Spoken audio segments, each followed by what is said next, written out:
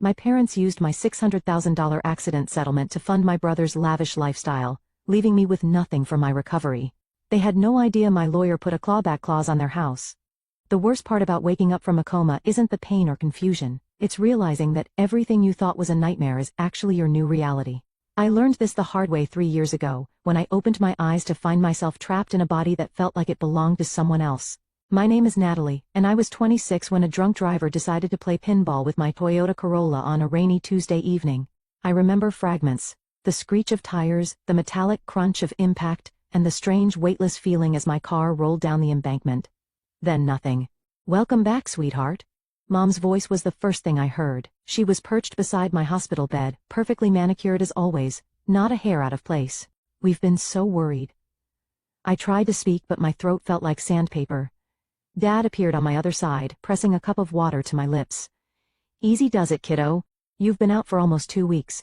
The next few days were a blur of doctors, tests, and devastating news. Multiple spinal fractures, severe nerve damage. The words partial paralysis and long-term rehabilitation floated around my room like unwelcome ghosts. "But the good news," Dr. Harrison said, trying to sound optimistic, "is that the driver's insurance is paying out a substantial settlement, $600,000 to cover your ongoing care and rehabilitation." Mom squeezed my hand.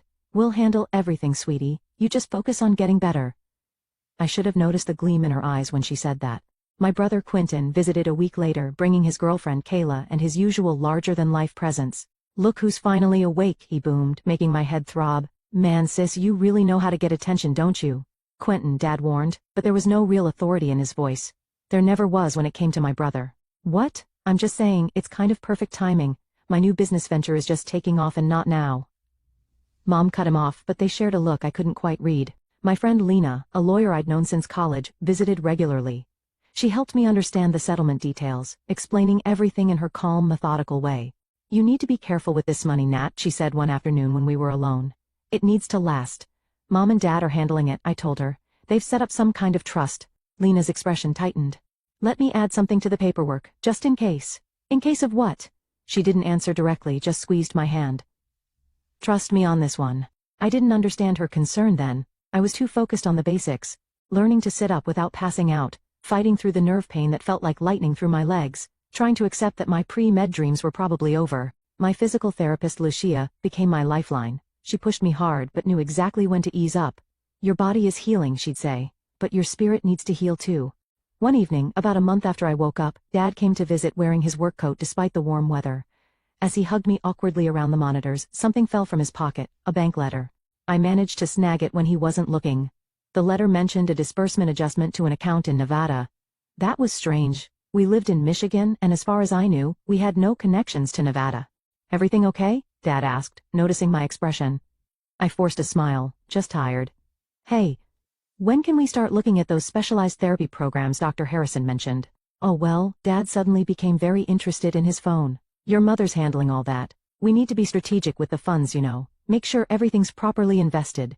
That night, I lay awake in my hospital bed, the letter's words burning in my mind. Something felt wrong, but I couldn't quite piece it together yet. I thought about Lena's cryptic warning about Mom's endless deflections regarding the settlement money, about Quentin's new business venture. My phone buzzed with a text from my brother. "Great news. Just signed the lease on my new office space. Mom says you'll be so proud when you see what we've done with the investment." Investment. The word hit me like a second car crash. I stared at the ceiling, my hands clenching the scratchy hospital blanket. They wouldn't, I thought. They couldn't. But deep down, I already knew they had. Coming home felt like entering a funhouse mirror version of my old life. Everything looked almost right, but not quite.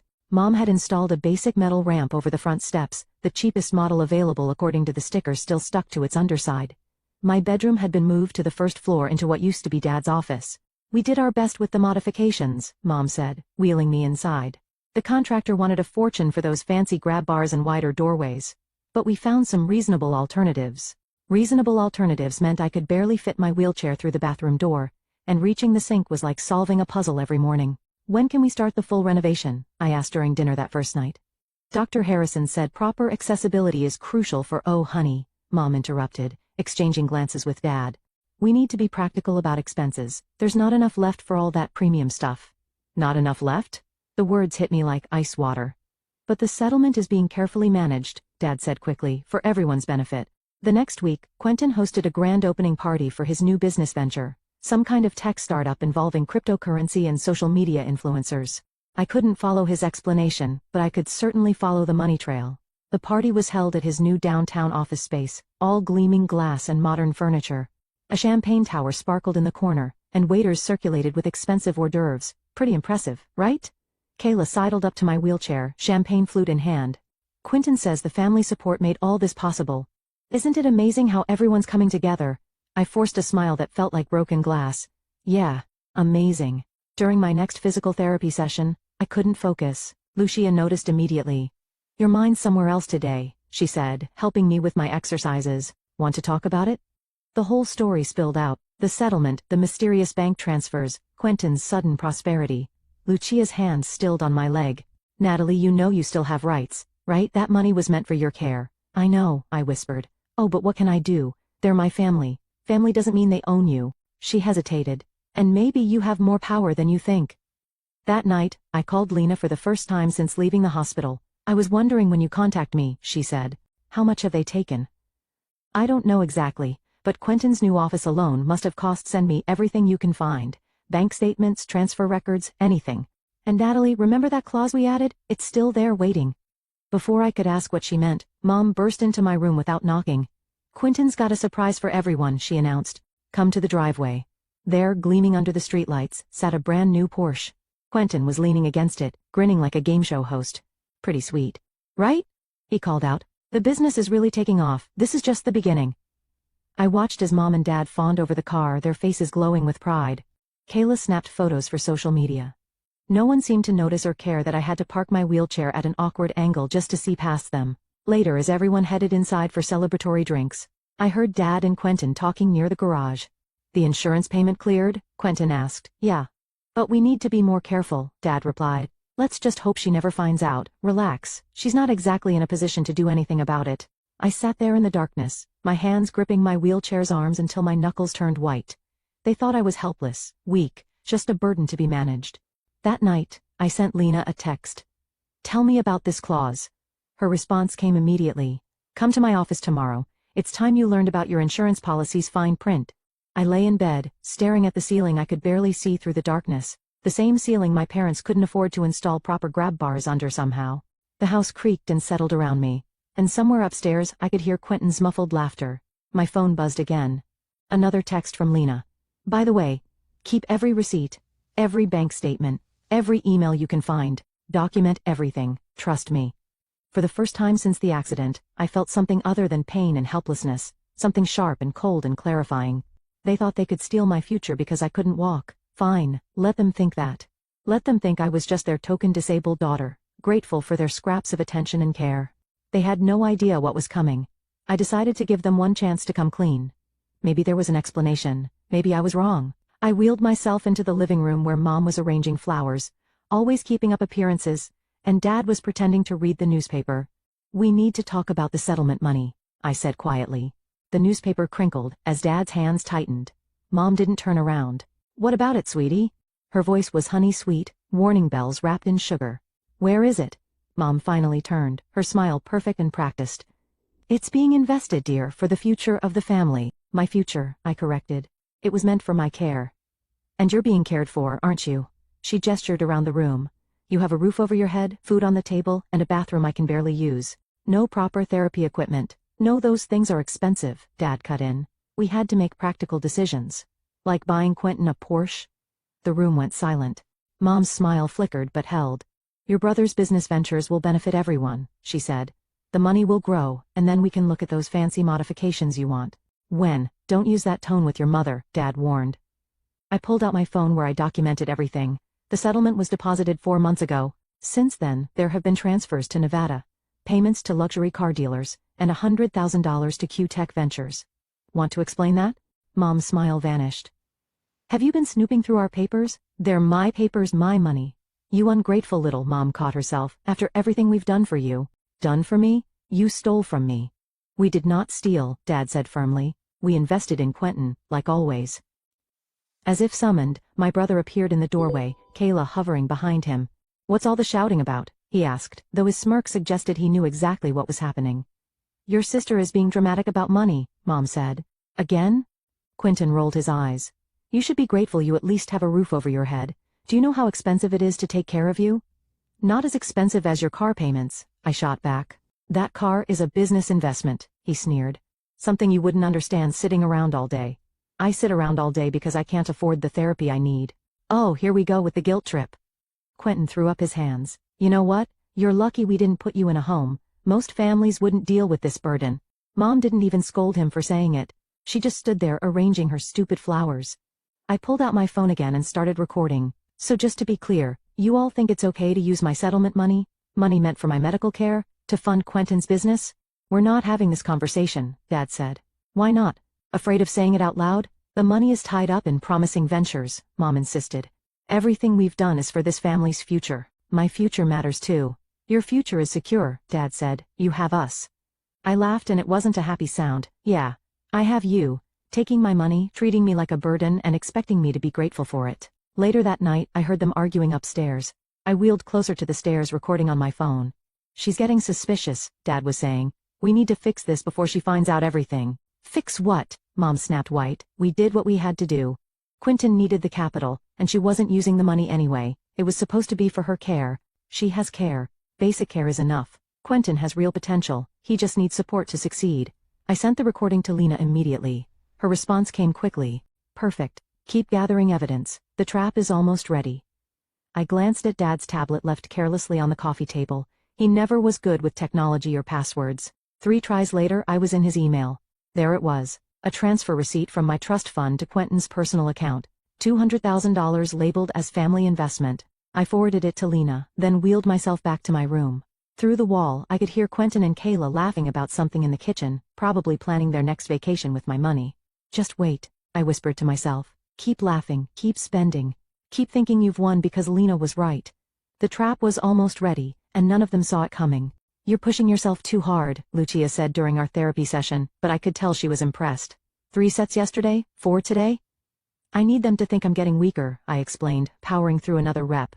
The more helpless they think I am, the less they'll suspect. Lucia checked that the door was closed before speaking. Lena called me, asked if I'd testify about your reduced therapy schedule and the impact it's having on your recovery. Will you? She squeezed my shoulder.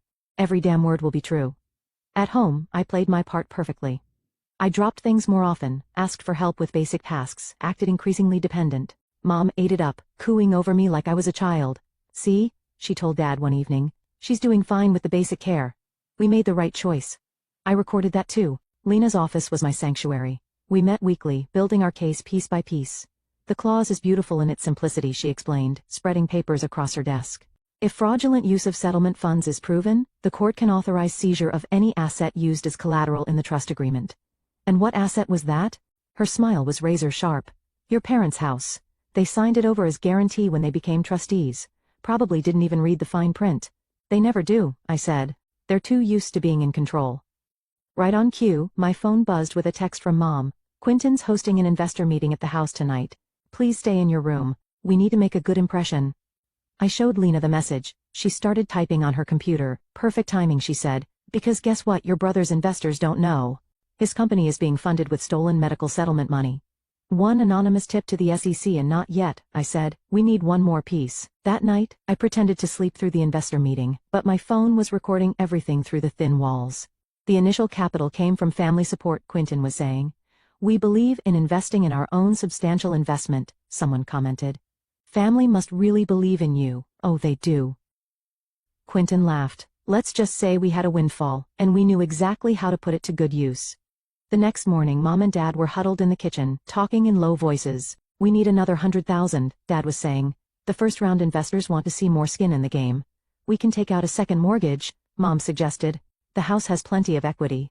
I wheeled myself to Lucia's office instead of our usual therapy room. They're going to take out another loan, I told her, using the house as collateral. The same house that's already collateral for your trust, she said, understanding immediately. Does Lena know? Texted her on the way here. She says it's perfect. The more debt they pile on, the harder they'll fall. I worked extra hard in therapy that day, but made sure to wince and struggle when Mom picked me up. Maybe we should scale back the sessions, she suggested, watching me fake grimace as I transferred to the car. They're clearly too much for you. Whatever you think is best, Mom. At home, I found Dad's tablet again. This time, there was an email thread about the new loan application. He'd even attached a photo of his driver's license for verification. I forwarded everything to Lena. Her response was immediate. Got it. All the pieces are in place, ready when you are. I looked around the house they'd signed away without reading the fine print. The house they were about to borrow against, not knowing it was already forfeit. My phone buzzed again. Mom. Quentin's investors loved the presentation. They're going to fund his next phase. All our sacrifices are finally paying off. I wheeled myself to the window, watching Mom and Dad help Quentin load presentation materials into his Porsche. They were laughing, celebrating another win for their golden boy. Hey sis, Quentin called out, seeing me at the window. Thanks for staying quiet last night. Wouldn't want your wheelchair ramps ruining the aesthetic. Right? I smiled and waved. Let them think I was the grateful quiet daughter. Let them think I was weak. I opened my laptop and typed a single email to Lena. Do it. Her reply came seconds later. Papers will be filed in the morning. Are you sure you're ready? I looked at my reflection in the window. The daughter they thought they could steal from. The sister they thought they could silence. The woman they thought they had broken. I'm ready. The trap was set, and tomorrow it would snap shut. The bank liaison arrived at exactly 9 SOST AM, her heels clicking on our front walkway. I watched through the window as Mom opened the door, perfect hostess smile in place. Mrs. Boyd, I'm Amanda Torres from First National. I'm here about the property inspection. Mom's smile flickered. Property inspection? We haven't scheduled anything. It's a standard procedure before asset seizure, Amanda explained, consulting her tablet. As per the court filing this morning. Court filing. There must be some mistake. I wheeled myself into the foyer. No mistake, Mom. The color drained from her face. Natalie, what did you do? I protected my future since you wouldn't. Dad emerged from his study, drawn by the commotion. What's going on? Sir, Amanda said, I need to document the current state of the property. The court has authorized an inspection in preparation for potential seizure under Trust Violation Clause 247B. Trust violation? Dad's voice went up an octave. What trust violation? The one you triggered when you stole my settlement money, I said quietly. Remember that paperwork you signed without reading? The house was collateral. Mom's perfect mask cracked. You can't do this. We're your parents. Parents don't steal from their disabled daughter. We didn't steal, Mom shrieked. We invested. In Quentin's failed businesses, in his Porsche, in everything except my care. Amanda cleared her throat. I need to begin the inspection. Please don't remove any fixtures or make any alterations to the property. As if on cue, Quentin burst through the front door. What's this about a court filing? My investors are freaking out. Your sister, Mom spat, is trying to take our house. Not trying, I corrected. Taking legally, just like you took my future. Quentin advanced on my wheelchair. You ungrateful little I wouldn't, a new voice said. My cousin Darnell stood in the doorway, his massive frame blocking the light. Step away from her. This is family business, Quentin snapped. Darnell's smile was cold. Exactly why I'm here. Family. Mom turned to me, switching tactics. Her voice went soft, pleading. Sweetheart, be reasonable. Think about what this will do to our reputation, to the family name. Should have thought about that before you emptied my trust fund. We can fix this, Dad said desperately. We'll take out a loan, replace the money. With what collateral? I asked. The house you already signed away? Or maybe Quentin's Porsche? Amanda continued her inspection, taking photos and measurements, seemingly oblivious to the family drama unfolding around her. This will kill your mother, Dad tried again. Like making me skip therapy sessions didn't kill me? Like watching Quentin blow my care money on crypto didn't kill me? You're being dramatic, Quentin scoffed. I pulled out my phone. Really? Let's hear what you all have to say about it. I pressed play. Mom's voice filled the room. She wasn't using the money anyway. Then Dad's, we need to fix this before she finds out everything. And finally, Quentin's drunken boast to his investors.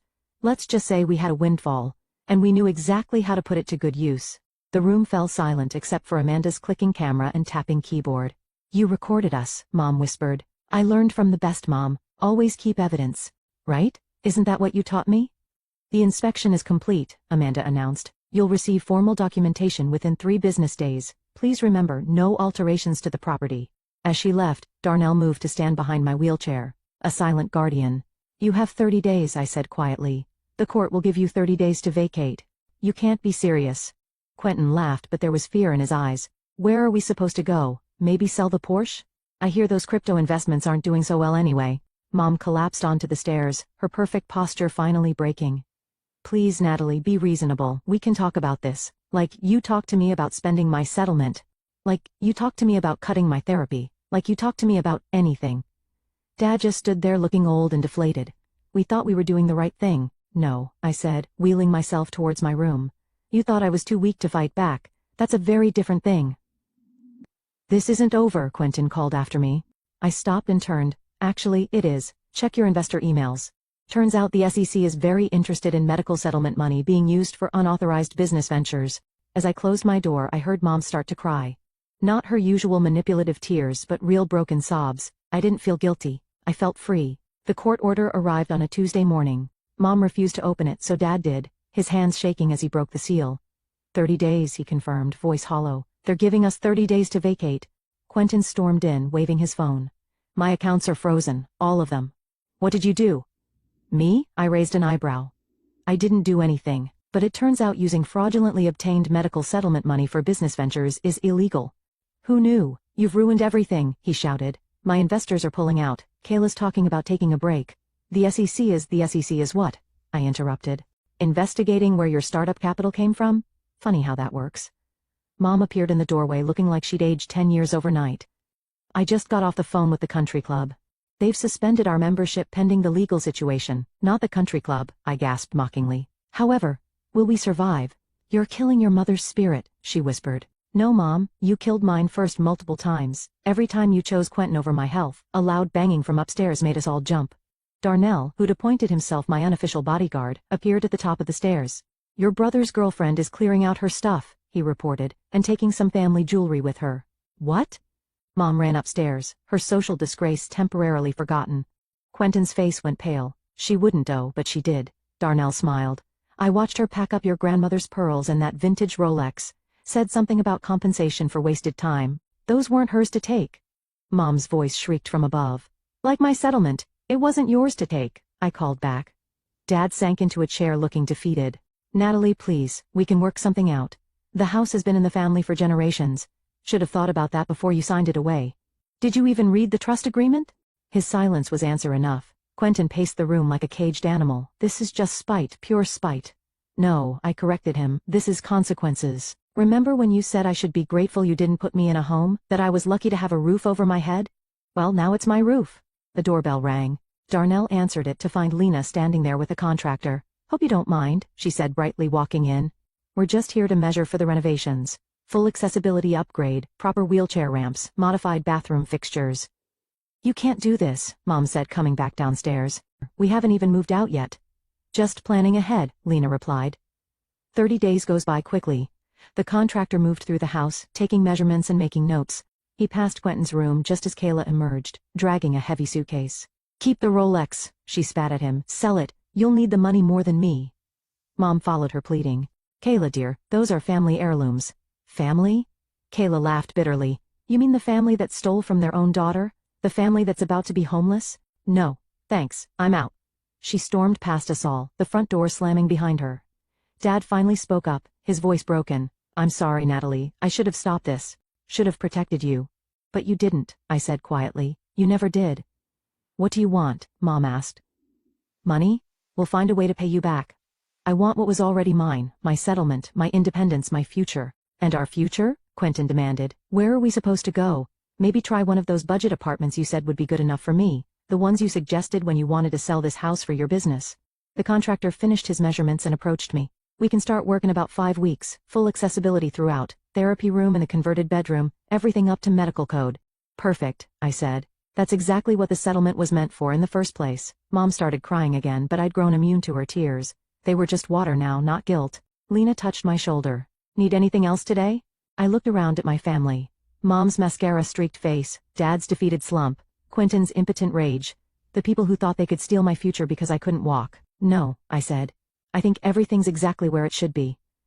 The contractor's pencil scratched against his notepad, measuring out my new future in inches and feet. Every mark was a victory, every number a step toward independence. They had taken everything from me. Now I was taking it back. Moving day arrived with a gray sky and scattered rain. I watched from the front window as Dad loaded boxes into their rented U-Haul. Mom hadn't emerged from the house yet, still making a show of her devastation. Need help with that? Darnell called out to Dad, who was struggling with a heavy box.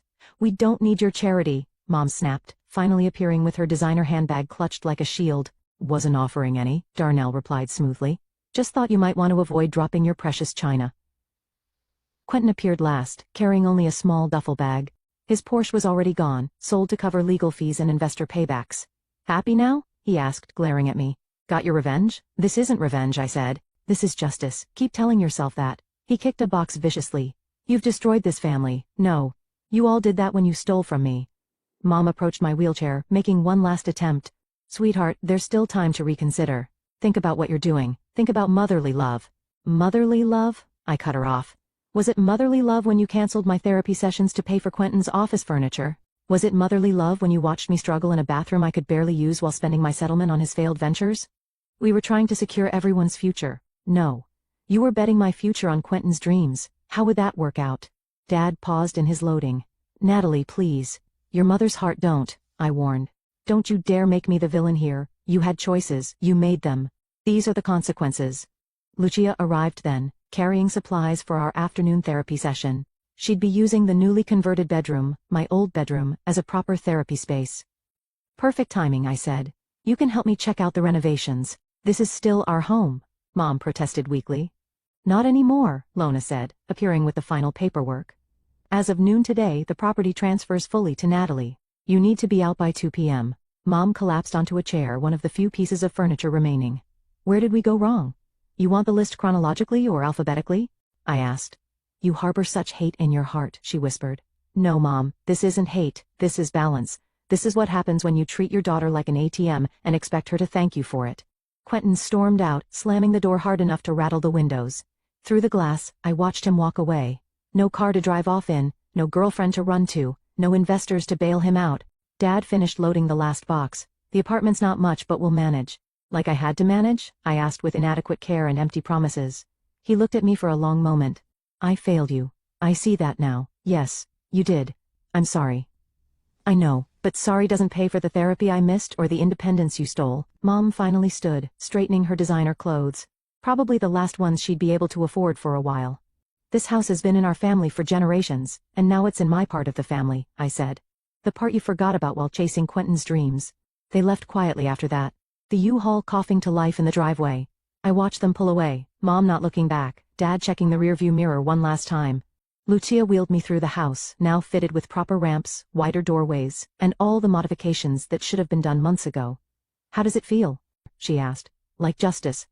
Darnell started bringing in my new medical equipment, a proper therapy table, exercise machines, everything the settlement should have bought in the first place. The mail arrived as we were setting up. Among the envelopes was a letter from a funeral home. I opened it with trembling fingers. Your Aunt Margaret passed last week, Lena explained, having known about it already. She left you something. Inside was a notice of inheritance, a second chance at security, but there was a condition, full severance of ties with Mom. She knew, I whispered. Aunt Margaret knew what they were doing. What are you going to do? Lucia asked. I looked around my house, truly mine now, set up for my needs, not their greed. The therapy room waited, properly equipped. The accessible bathroom gleamed. Everything was as it should have been from the start. I lit a candle in the window, watching the flame flicker. The inheritance letter waited for my answer, but I wasn't ready to give it. Not yet. Some choices I'd learned deserved time to breathe. The autumn wind rustled through my newly installed automatic doors as I wheeled into my home office. My laptop displayed a fresh email from Lena. Another update about Quentin's legal troubles. The SEC investigation had expanded, and his investors were filing their own lawsuits. My phone buzzed a text from Mom. Your brother might have to declare bankruptcy. Please, we need help. I set the phone down without replying. The last 3 messages had been similar. Pleas for money, attempts at guilt, desperate bargaining. The doorbell rang. Darnell answered it, then called out, It's Lucia and someone else. I wheeled into the living room to find Lucia standing with a young woman in a wheelchair. This is Sarah, Lucia said. Remember how we talked about using part of the house as a therapy center for others? Sarah smiled nervously. I heard what you did. Standing up to your family like that, it gave me courage to fight my own insurance battle. Before I could respond, another text came through. This time from Dad. Saw your interview in the Disability Rights newsletter. Proud of you. I know that doesn't make up for anything. He was right, it didn't. Come on, I told Sarah, leading her to the therapy room. Let me show you what proper accessibility looks like. As Lucia started their session, I wheeled to my office to finish some work. I'd found a remote position in patient advocacy, helping others navigate the medical system I'd learned to fight. The mail arrived, another letter from the funeral home about Aunt Margaret's inheritance. The deadline for accepting the conditions was approaching. A knock at the door interrupted my thoughts. Through the security camera I saw Kayla standing there shifting nervously. "What do you want?" I asked through the intercom. "To apologize," she said, "and to return something." I let her in. She placed Grandma's pearls on my desk. "I was angry," she explained, "at Quentin, at your parents, at everyone. But taking these was wrong." "Why return them now?" "Because I saw your interview too, about fighting for what's rightfully yours. Made me realize I was just being spiteful. Unlike them, you chose to make it right." She nodded. "Quentin's working at an insurance company now, entry level. Your mom's selling her designer clothes online. Your dad," she hesitated, "he's actually going to therapy. Says he needs to understand why he failed you." I hadn't known that last part. After she left I called Lena. "I've made a decision about Aunt Margaret's inheritance," I told her. "And I'm accepting it, but I want to use part of it to start a foundation for others like me, people fighting for their right to proper care. Your mother won't like being cut off officially. My mother stopped having a say in my life when she chose Quentin's dreams over my needs." That evening, as Sarah finished her therapy session, she paused by my desk. "Thank you," she said, "not just for sharing your space, but for showing me that fighting back isn't wrong." I thought about Mom's texts, Dad's therapy sessions, Quentin's new humble life, and Kayla's returned pearls. Fighting back isn't wrong, I agreed, but neither is moving forward. I picked up my phone and typed a response to Dad. "Proud isn't enough, but change might be a start." Then I wheeled myself to the front window, the same window where I'd once watched helplessly as they spent my future. Now I watched Sarah navigate her wheelchair down my properly graded ramp, heading toward her own future, stronger for having seen mine. Lucia appeared beside me. "Ready for your session?" "Actually," I said, "I think I'm ready for everything." I signed the inheritance acceptance papers that evening, adding my foundation plans as a codicil. Aunt Margaret would have appreciated that, using money to help others fight back, to claim their rights, to demand better. The house creaked softly around me, but it wasn't the sound of secrets anymore. It was the sound of justice, of consequences, of strength. My phone lit up one last time, a text from an unknown number. "Saw your interview. I'm fighting my parents too. They think my disability means they can control my settlement. Can you help?"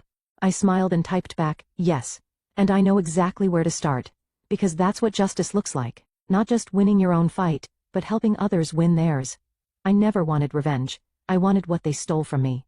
Control over my own future. Turns out, getting the house back was just the beginning.